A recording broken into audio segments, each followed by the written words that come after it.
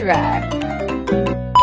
Today, I will talk about two common mispronounced words.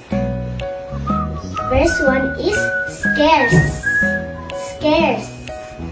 It means lacking or not enough. Example, the water supply in Bulacan is scarce. Wow.